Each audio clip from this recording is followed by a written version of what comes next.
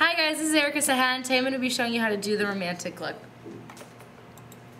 So I started with Amanda. She has really nice skin, and I didn't want to do too much with the foundation or the concealer. So I just started going in with a moisturizer and a silicone-based primer just to prep her face for what I was going to be putting on later.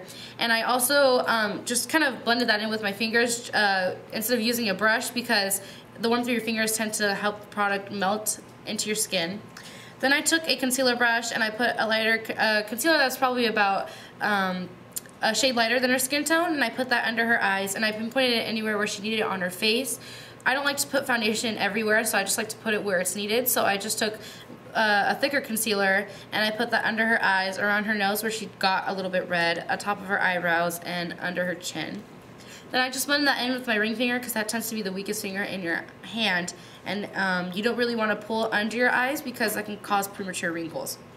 So I just blend that in with my fingers, and if any of the spots tend to be not want to blend in as much, then just take like your thumb or something and blend it in. Just try pressing instead of pulling, because again, that causes premature wrinkles and you don't want that. So then I took a kabuki brush and a translucent powder, and I set her whole face. Anywhere where I put the concealer, I tended to focus the powder more, so under her eyes or on her nose, like I just said. I put the powder, translucent powder, just so that way it'll combat her oils throughout the day, just like the primer. This is going to help set everything so that it doesn't crease. Then I took a bronzer, or you can even use like a powder that's a shade darker than your skin tone, or a couple shades darker than your skin tone. And I just had her kind of suck in her cheeks so I could find where her hollows were.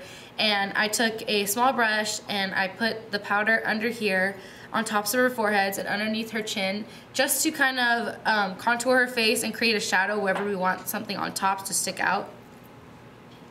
So that kind of gave her that sculpted, really defined face.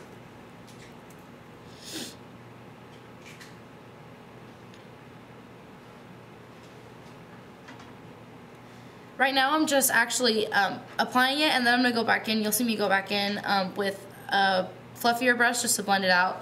So if it looks a little bit crazy at first, just bear with me.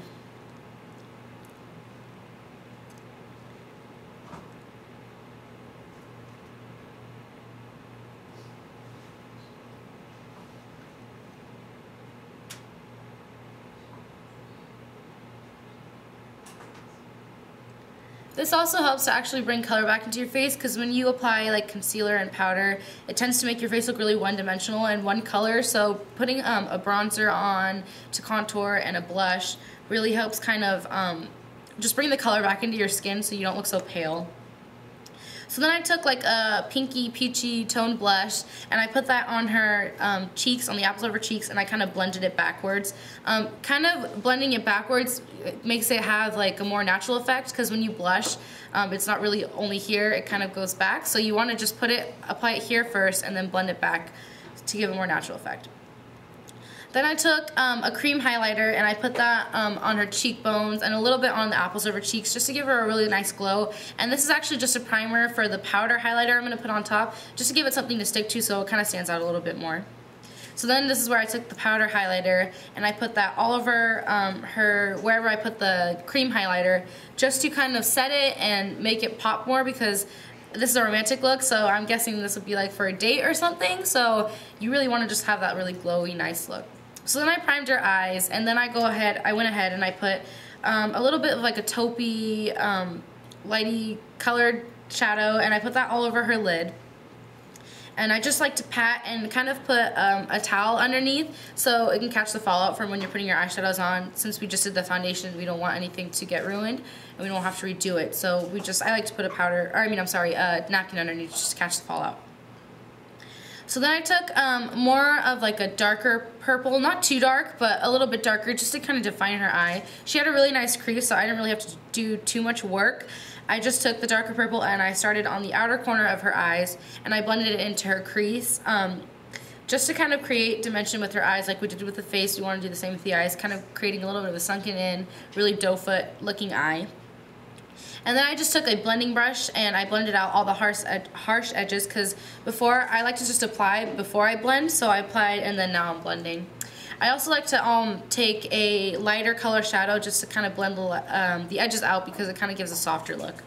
So that's what I'm doing right here. I'm applying a lighter colored shadow to her brow bone to highlight and also blend out the edges. And then here I'm taking a shimmery color, like you can use any champagne shimmery color, and I'm putting that on the inner corner of her eyes to make her eyes appear bigger, just like we did with the concealer.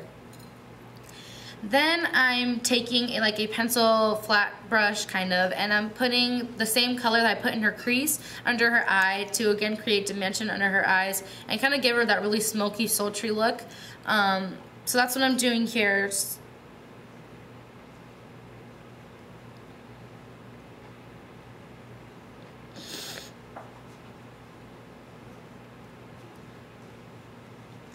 And then I'm taking just any light colored shadow, anything that just matches her skin tone. You can even use your powder that you use all over your face and just blending out what I did in her hair, because when you apply it, it tends to go kind of in a line and you don't want that. So I just blended that out. Then she curled her eyelashes and applied a little bit of mascara herself. And then I took a half set of lashes. When you're on a date or something, you don't really want a full strip of lashes. So I like to take half of lashes that kind of give that cat eye effect, and I put that on the outer corners of her eyes. So then I just kind of cleaned up any of the mistakes and brushed through her brows with a clear brow gel, and we were done. Thanks for watching.